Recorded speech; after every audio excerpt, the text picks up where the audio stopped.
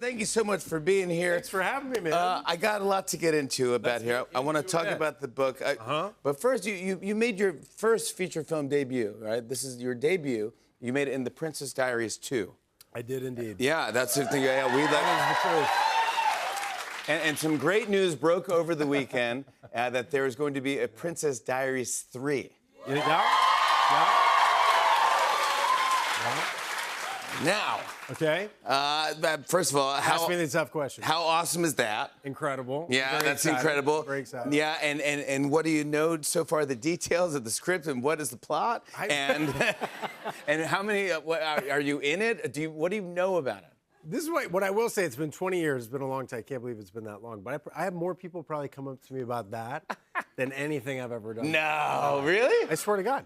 And I'm very happy. But it was an incredible experience. And I mean, look, I worked with Gary Marshall and Julie Andrews and Ann and Hector and the rest of the gang. It was incredible. Oh my gosh. So, but I don't. Unfortunately, the first time I heard about it was on the internet when someone sent me a screenshot of. Anne looked she was lounging. She was lounging in some sort of very nice garden with her glasses on. Yeah, she was very chill about the whole thing. Yeah. Looked very happy. But the internet is kind of going crazy about this. All right. Yeah, here's some comments. Someone said here, Chris Pine, please don't have schedule conflicts. My life depends on it. I love to be in control of life and death that way. That's yeah, their life depends on you being in Princess Diaries 3. This one here says, I've said it before, I'll say it again. Princess Diaries 3 has the power to heal our broken nation. This might just be what we need right now. This might be what we need right now. Yes. And then this one says, Chris Pine has to be in Princess Diaries 3, and he has to look just like this. That was a good look you had there. Look, man, it's a comfy prince. Yeah, it was a comfy prince. Yeah. Here you are. Look at you over here in Princess Diaries 2. Good Lord. Yeah. That was a huge film for you. It's just huge hair. Just huge.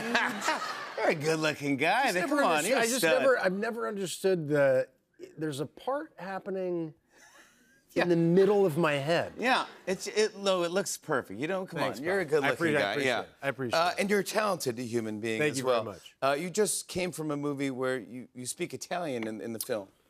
I did indeed, yeah. I have had a thing about wanting to make a film in Italian, French, and Spanish. And the first one that came along was this Italian film with this incredible director, Carolina Cavalli. And it's a great film, but I had to learn Italian and pretend. Wait, you didn't even know Italian? I've been studying it for like a year and a half. But this, to be on set, and you have to.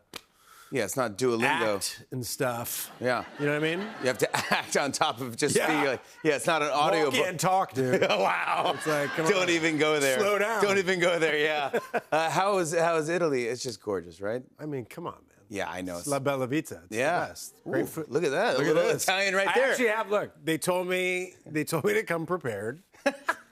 They told me to come prepared. Oh, so my I goodness. do have a little thing to say in Italian. This is sweet. Okay. This is fantastic. Ok. Ora pensa in me ogni notte, oh, è così dolce. Immagino di Sarre, di che non riesci a dormire tesoro, lo so. Questo è il mio espresso. Oh. Wait. That is, no, thank you. Thank you. Beautiful. Thank you. That is Sabrina Carpenter's Mi Espresso. It's beautiful. You should do an Italian version. Right? Sabrina, she watches the show all the time. Congrats on that. I want to see the Italian movie, but I also want to see the Spanish and the French movie as well. Well, Simon, anybody watching? Come back for that, please. Yeah. Let's talk about this. Your first children's book. It is so cute and it is fantastic. Everybody in the office was buzzing today. What inspired you to write this book? Honestly, it was the beginning of. It was 4 years ago. It was the beginning of quarantine, and being a creative person, there's not much to do, except for play, Stairway to Heaven for the 9,000th time. So I was out on a walk with my dog, and I was with a friend, and my dog chased after a squirrel. She's like, God, I think that'd be I don't think I know a story about a dog chasing after a squirrel. I was like, absolutely right, and I ran home. Yeah. And started writing this book, and I couldn't stop writing, and I wrote like 10 stories, and this is the first one, and then there you go. It's And beyond. it's modeled after my dog. So I have two dogs, Wednesday Weld and Babs. Wednesday Weld. Oh, on the back. Oh yeah, there they go. There's That's Wednesday Weld. She's a half Great Dane, half Pit Bull. Yep. And that's Babs. She's a Staffy. I dedicated it to Winnie because she's my OG. Yeah. It is pretty unbelievable. Just the drawings alone are just. Chuck Gronick. It's so adorable. So yeah, it's all in watercolor and pen and pencil, and I mean the vibe that I wanted to create is something that was classic and felt like it had been on the shelf forever. And It reminded does me feel of, like a book that I would read growing up. like It's Beatrix Potter. Yes. Yeah. It's so they become friends. They're scared of each other.